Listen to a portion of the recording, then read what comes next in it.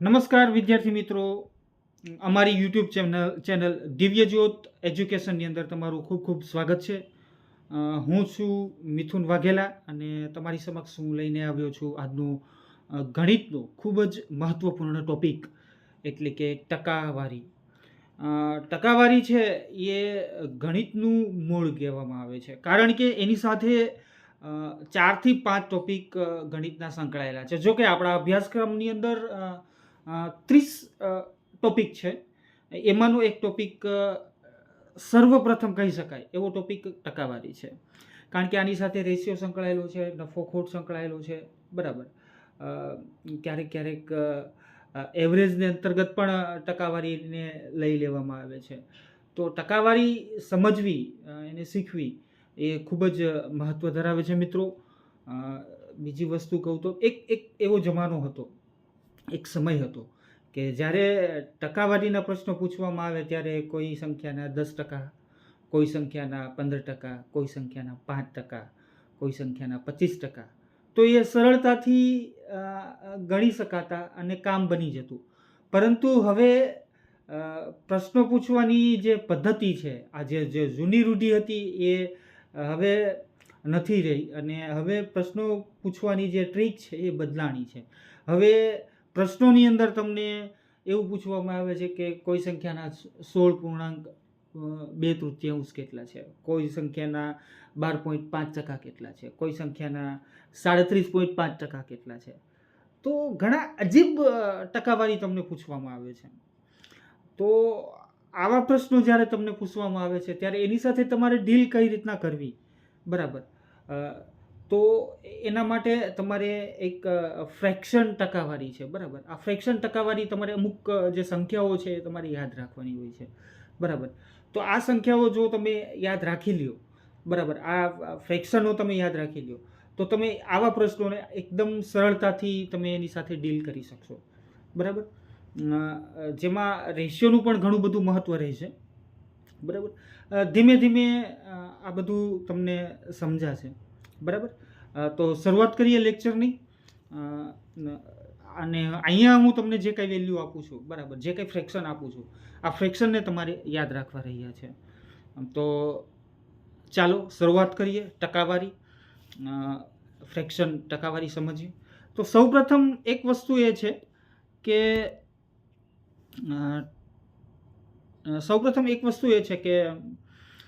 ટકાવારી જે છે, એ ટકાવારીનો મૂળ જે છે એ એક છે. ટકાવારીનો જે મૂળ છે એ એક છે, બરાબર. આ જે ટકાવારી છે એનો મૂળ એક છે. એટલે કે મારો કહેવાનો અર્થ એવો છે કે 1 બરાબર 100%. શું કહું છું? આ વસ્તુ યાદ રાખવી તમારે કે 1 બરાબર 100%.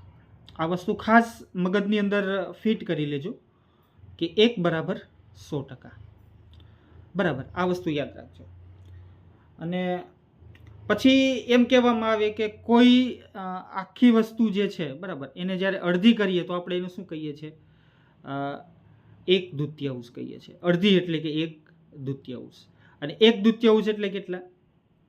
50%, બરાબર. જે તમને યાદ છે 1/2 એટલે કે 50%. આ વસ્તુ તમને યાદ છે.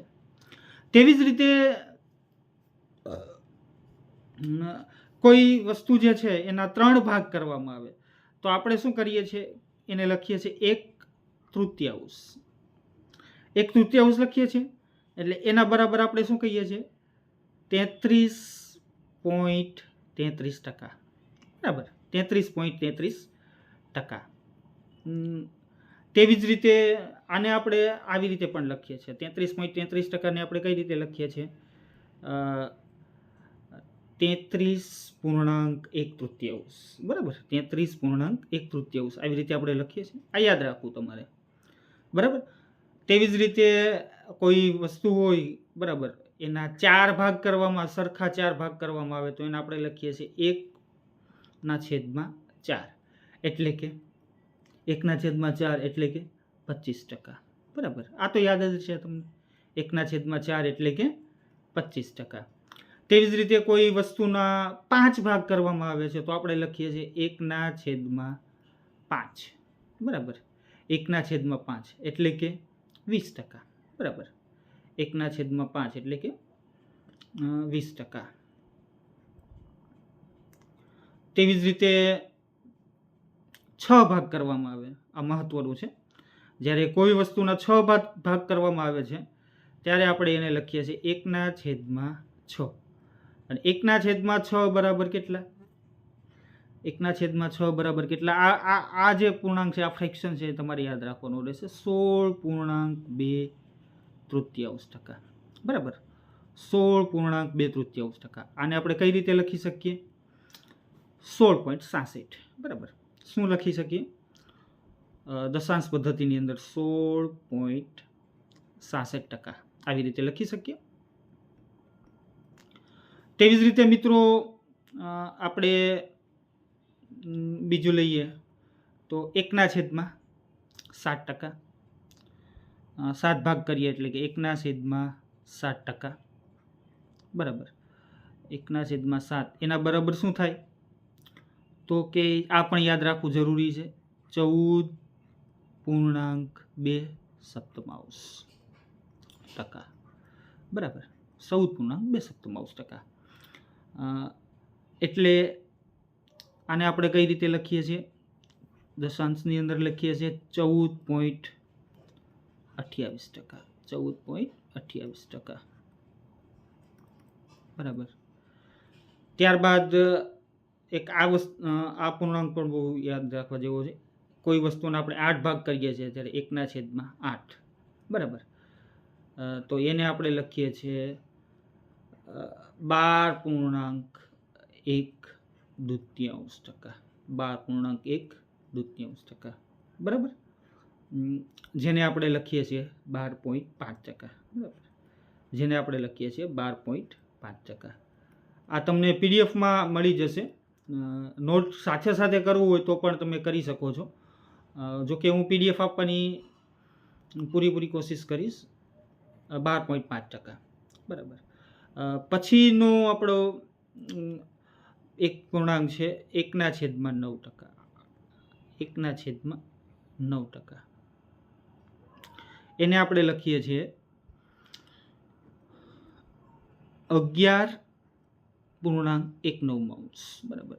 11.19%, જેને દશાંશ પૂર્ણાંકની અંદર આપણે લખીએ છીએ 11.11, બરાબર.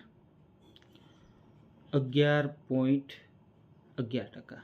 આ યાદ રાખવાનું છે મિત્રો, બરાબર. યાદ રાખવાનું છે, કારણ કે જો કે આમ યાદ સરળ જ છે, એમાં કોઈ બીજું છે નહીં. જો સમજો, આનો કહેવાનો અર્થ એવો છે કે 9 ભાગમાંથી 1, બરાબર. 9 ભાગમાંથી 1. જો 11/99 એટલે કે 100. 1 બરાબર આપણે 100 ગણીએ છીએ. આગળ જ મેં તમને વાત કરી કે 1 બરાબર 100%, બરાબર. 1 બરાબર 100%, એ આગળ વાત કરેલી જ છે. જુઓ 11/99 100, 100/9 છે કે નહીં? અને બસ ભાગાકાર કરો, સાદો ભાગાકાર કરો એટલે 11.11% આવી જાય, બરાબર. એટલે એમ કોઈ ગુરુ એમાં કંઈ છે નહીં. પણ આ વસ્તુ જો તમે મોઢે કરેલી હોય, બરાબર, તો તમને એક આઈડિયા આવી જાય કે મારે બસ આ આટલામાં જ અને આવી રીતે જ હાલવાનું છે. અને બસ પરીક્ષામાં શું હોય છે? એટલું જ હોય છે કે રસ્તો શું છે, ટૂંકો રસ્તો શું છે, બરાબર. એ જ વસ્તુ મહત્વની છે. બાકી તમે કેલ્ક્યુલેશન કરતા રહેશો, જવાબ તમને મળશે 100% જવાબ તમે સાચો ટીક કરીને પણ આવશો, પણ સમય તમારો બગડશે. પણ એની જગ્યાએ જો તમે આવા ફ્રેક્શનો યાદ રાખેલા હોય ટકાવારીની અંદર, તો આ તમને ખૂબ જ ઉપયોગી રહેશે. તો મારું કહેવું એવું છે કે આ ફ્રેક્શનો તમે યાદ રાખો, બરાબર. એવી જ રીતે 1/10, બરાબર. 1/10, આ તો તમને ખબર જ હશે. 1/10 એટલે 1/10% એટલે કેટલા ટકા થયા? 10% થયા. 1/10 એટલે કે 10%,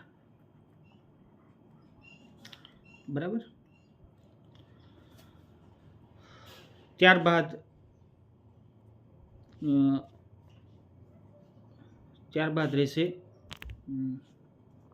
1/11. 1/11 બરાબર. 1/11 એટલે કે આ તમારે યાદ રાખવાનું રહેશે 9.1/11 બરાબર. એટલે કે એને આપણે કઈ રીતે લખી શકીએ છીએ? 9.1/11 છે એને આપણે કઈ રીતે લખી શકીએ? 9.09 બરાબર. તેવી જ રીતે 1/12 1/12 બરાબર. આને આપણે લખી શકશું 8.1/3 8.1/3 બરાબર, જેને આપણે દશાંશની અંદર લખી શકશું 8.33%. ખૂબ જ મહત્વનું છે, ખૂબ જ મહત્વનું છે, યાદ રાખો 8.33% બરાબર. તેવી જ રીતે છે 1/13%. 1/13 બરાબર.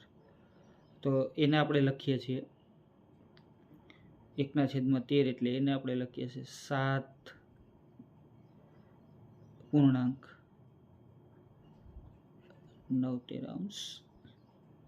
બરાબર.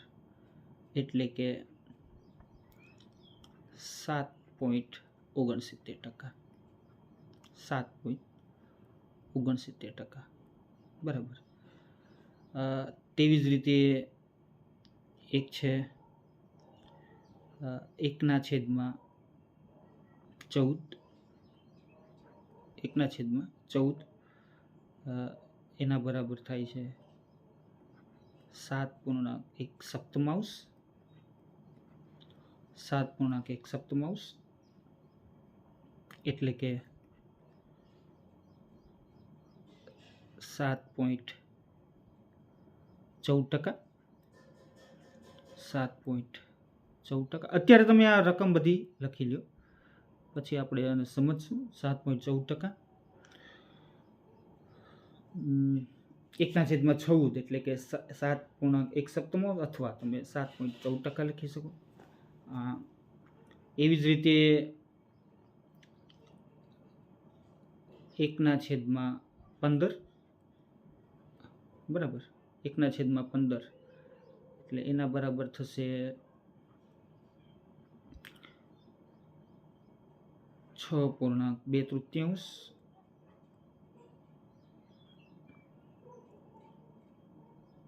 બરાબર.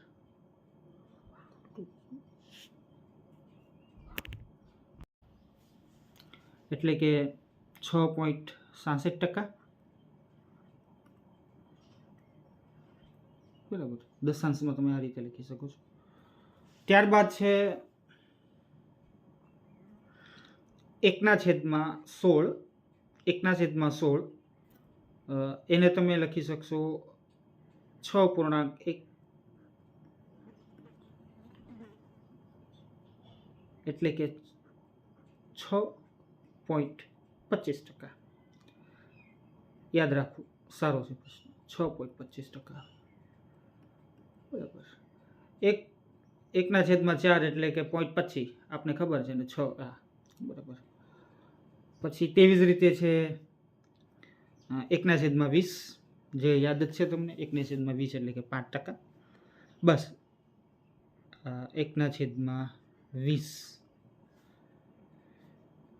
એટલે કે 5% બરાબર. એટલે આટલા ફ્રેક્શનો જે છે, જો બની શકે તો તમે 25 સુધી યાદ રાખો તો વધારે સારું રહે, પણ આ 20 સુધીના તો ખૂબ જ યાદ રાખવા અને ખૂબ જ ઉપયોગી રહે છે બરાબર. અને આજની પરીક્ષાની અંદર તમને ખબર હોય તો આવા જ ફ્રેક્શનો, આવી જ ટકાવારીઓ તમને પૂછવામાં આવે છે બરાબર. અને કહેવાય કે પ્રશ્નને એવી રીતે અઘરો કરવામાં આવે છે. બરાબર. હવે હું તમને એમ કહું કે એક ઉદાહરણ આપું છું. આ ઉદાહરણથી તમે સમજશો કે આપણે આવા પ્રશ્નોને કઈ રીતે ડીલ કરીએ છીએ. બરાબર. જો હું તમને અહીંયા એક ઉદાહરણ આપું તો તમે સમજશો. સપોઝ માની લ્યો કે તમને એમ કહેવામાં આવ્યું કે 6,600 એને ગુણ્યા 16.67%. બરાબર. એટલે 6,600ના 16.67%. 6,600ના 16.67%. હવે આની ગણતરી તમે કરો તો શું થાય? જો સાદી રીતે તમે ગણતરી કરો, બરાબર, તો શું થશે? સાદી રીતે તમે જો ગણતરી કરો 16.67% એટલે શું કરશો? પહેલાં જો હવે સમજો. આપણે આ દાખલો આપણે પહેલાં સાદી રીતે ગણીએ. બરાબર. તો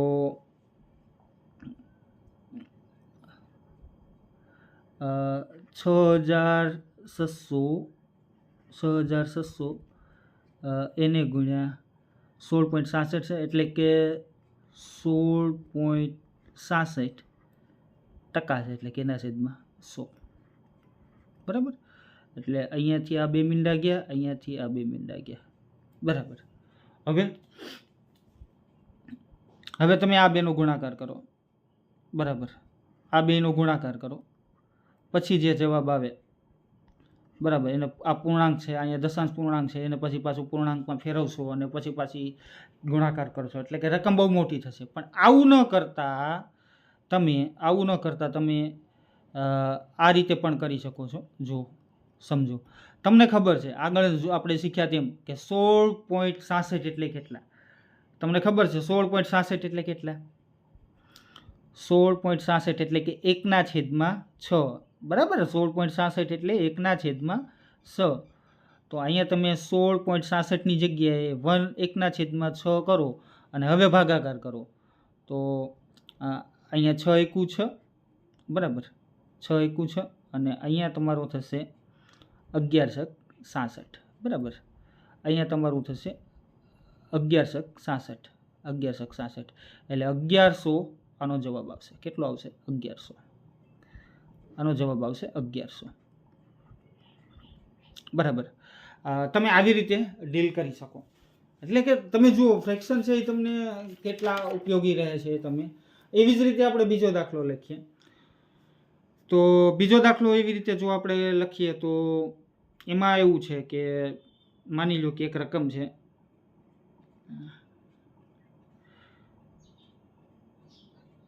સપોઝ માની લો કે એક રકમ છે 8100.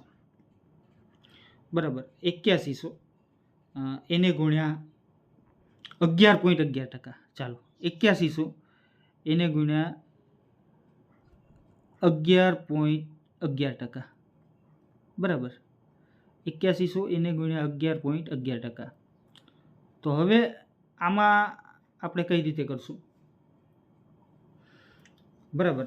હજી આમાં એડ કરીએ 8100 એને ગુણ્યા 11.11%, પછી વત્તા, સમજો મિત્રો, વત્તા 7,200 વત્તા 7,200 એને ગુણ્યા 8.33%. ફરીથી લખો મિત્રો, તમને યાદ રહે, સમજાય વ્યવસ્થિત. બરાબર. ફરીથી લખું છું, આખી રકમ જ ફરીથી લખું છું એટલે સારું રહે. બરાબર. અહીંયાથી લખું છું. જો 8,100 એના કેટલા ટકા? 8,100 વત્તા 11.11%. બરાબર. 8,100 એને વત્તા 11.11%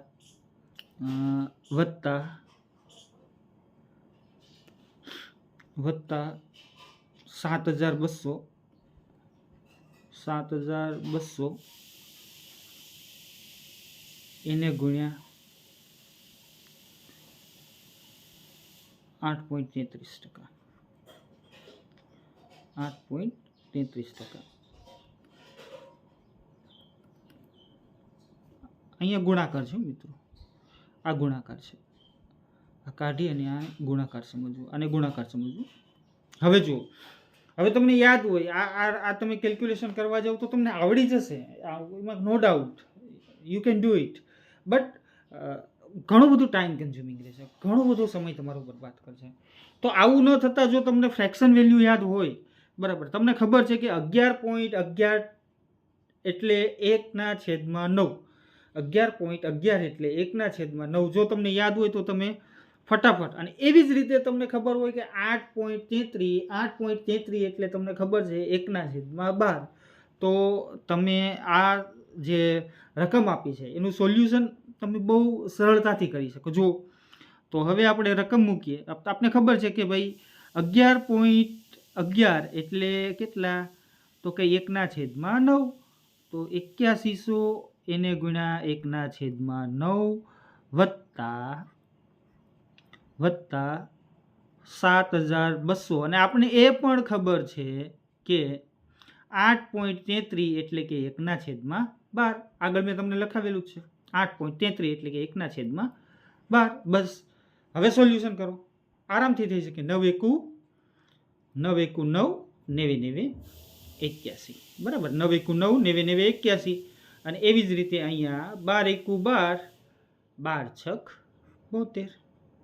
12 એકુ 12, 12 છક 72, બરાબર.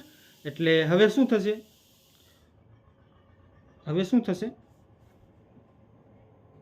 900 વત્તા 600, બરાબર ને. 900 વત્તા 600 આવી ગયા. જવાબ કેટલો આવ્યો? 1500. થઈ ગયું ફટાફટ. તો તમે આવી રીતે સરળતાથી આવા પ્રશ્નોને ડીલ કરી શકો છો, બરાબર. બસ આવી જ રીતે કરવાનું છે. હવે આપણે આગળ જોયું તેમ કે ટકાવારી એટલે બધી વસ્તુ જે છે એના 100 હોય છે, બરાબર. ટકાવારી બધી વસ્તુના 100 હોય છે. આ કોઈ રોકેટ સાયન્સ નથી જો મિત્રો, બરાબર. એક સરળ તમારું લોજિક છે, કોઈ એમાં રોકેટ સાયન્સ સંકળાયેલું નથી, બરાબર. કાંઈ એટલે કશું નથી. જો હું તમને સમજાવું, સપોઝ માની લ્યો કે આપણે આગળ જોયું કે ટકાવારી એટલે શું છે, તો કે બધી વસ્તુ, આખી વસ્તુ એટલે કે 100. આપણે આખી વસ્તુ એટલે કે 100 તરીકે એને ધારીએ છીએ, બરાબર. એને આપણે 100 તરીકે ધારીએ છીએ, એટલે એને 100 તરીકે આપણે ધારીએ છીએ, બરાબર. હવે સપોઝ માની લો કે તમને એમ પૂછું કે 33.1/3, 33.1/3 આવું તમને પૂછ્યું, તો શું કરવાનું? કશું જ નહીં. શું છે આ? તો કે ભાઈ 100/3 છે, 100/3 છે, બરાબર. આખી વસ્તુ શું છે? 100/3 છે. બસ આનો ભાગાકાર કરો એટલે 33.1/3 આવે, બરાબર. આનો તમે ભાગાકાર કરો, સાદી આપણી પ્રાથમિક જે મેથડ હતી 1 થી 4 ધોરણની અંદર આપણે જે રીતે ભાગાકાર કરતા હતા એ રીતે આપણે ભાગાકાર કરીએ તો આ 100, બરાબર, એને ભાગ્યા 3. તો શું થશે? અહીંયા આપણે લખતા 3×9 કેટલા વધ્યા? 1. ઉપરથી ઉતાર્યું 10, એટલે કે અહીંયા મીંડું પાછા 3×9, બરાબર. એટલે અહીંયા 9 મૂક્યા, શું વધ્યું? 1. એટલે કે અહીંયા વધ્યું 1. હવે ભાગ ન ચાલે. તો આપણે લખતા કે ભાઈ શું લખતા? 33.1/3 લખતા ને, 33.1/3. હવે જો આનો તમે ગુણાકાર કરો, 33 × 3 બરાબર 99, એને 100, 100/3 આવી ગયું, 100/3. બસ આ જ છે, રોકેટ સાયન્સ આમાં કાંઈ નથી, બરાબર. બસ આ જ કરવાનું. કોઈ વસ્તુ ટકાવારીમાં કોઈ આખી વસ્તુ એટલે 100. 100 બરાબર 1. બસ 100 બરાબર આખી વસ્તુ 1. આ એક વસ્તુ તમારે યાદ રાખવાની છે, બરાબર. તેવી જ રીતે તમને ખબર છે કે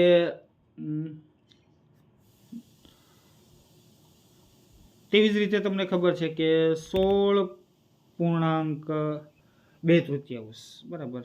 16.2 આના બરાબર કેટલા થાય છે? 16.2 એટલે 16.2 એટલે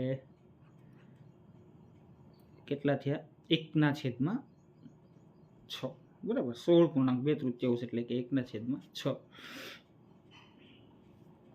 એક મિનિટ મિત્રો, પાણી પી લો.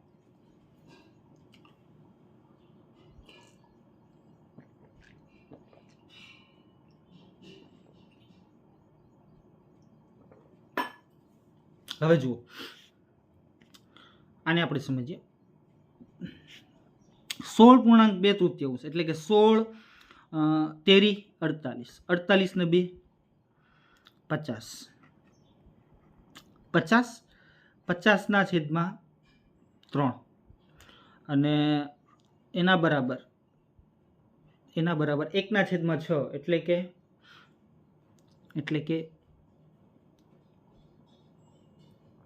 1/100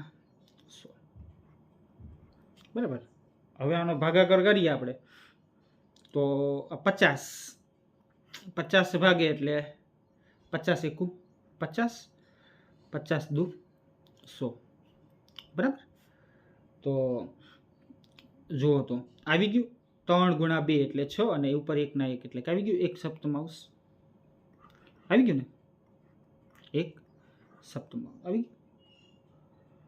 તો આ રીતે હોય છે, બરાબર. એ રીતે આપણે આગળ જોયું.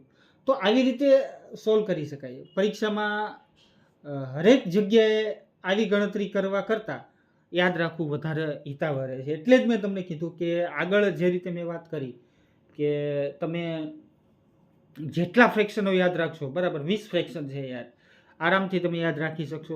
તો મોઢે બની શકે તો મોઢે યાદ રાખો, ઘણું ફાયદાકારક રહે છે.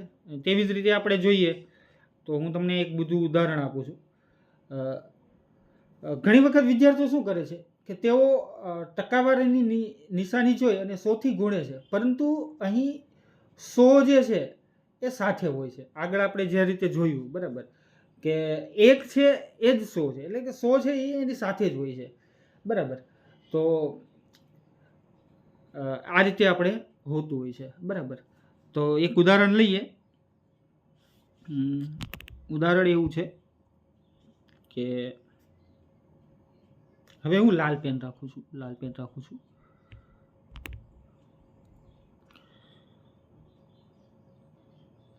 ઉદાહરણ લઈએ. માની લો કે રકમ આપી છે 44,400 રકમ આપી છે તમને, 44,400. પેનમાં એક વખત 44,400 રકમ આપી છે. 44,400 એને ગુણ્યા